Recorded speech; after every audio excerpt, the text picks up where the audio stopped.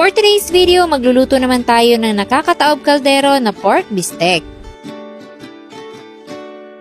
Napakadali lang nito kaya wala nang patumpik-tumpik pa at simulan na natin.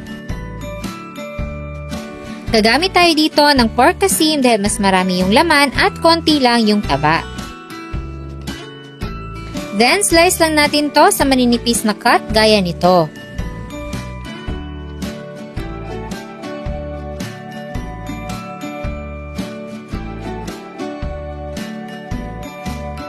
Tapos, imamarinate natin to sa 1/4 cup ng toyo, 2 tablespoon ng calamansi juice, at maraming black pepper.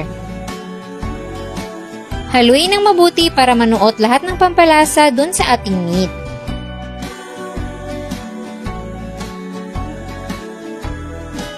At i-marinate ito for at least 1 hour. Pagkatapos na 1 oras ay ipapan fry na natin yung ating marinated pork.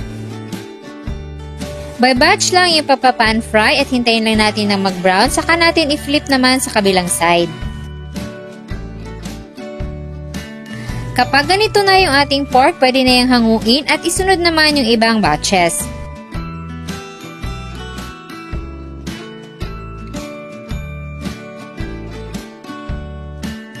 After maluto ng lahat ng meat, pwede na tayong mag-start sa pag-isa. Unahin natin ang bawang,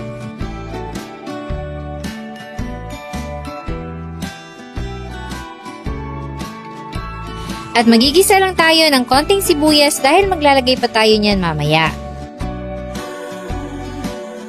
After magisa, ihahalo na natin yung ating pan-fried na pork.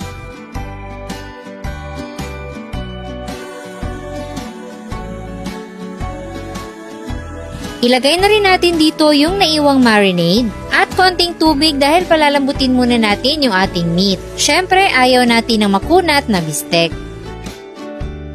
Palalambutin lang natin yan sa loob ng mga 10 to 15 minutes.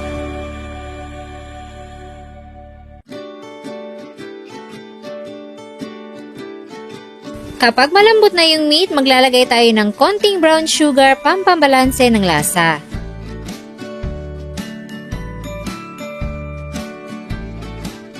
Kapag okay na kayo sa lasa, pwede na tayong maglagay ng mga onion rings or sibuyas na hiniwa natin ng pabilog. Mas maraming sibuyas, mas masarap.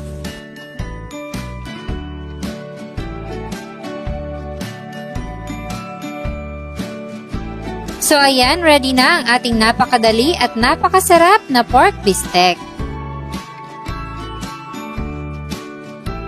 Kaya kung wala na kayong maisip na ulam at gusto nyo ng pantaob kaldero, try nyo na to.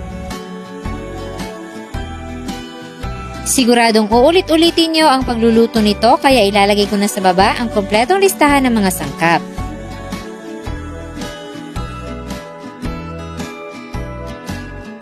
Sana'y nagustuhan nyo ang ating recipe for today.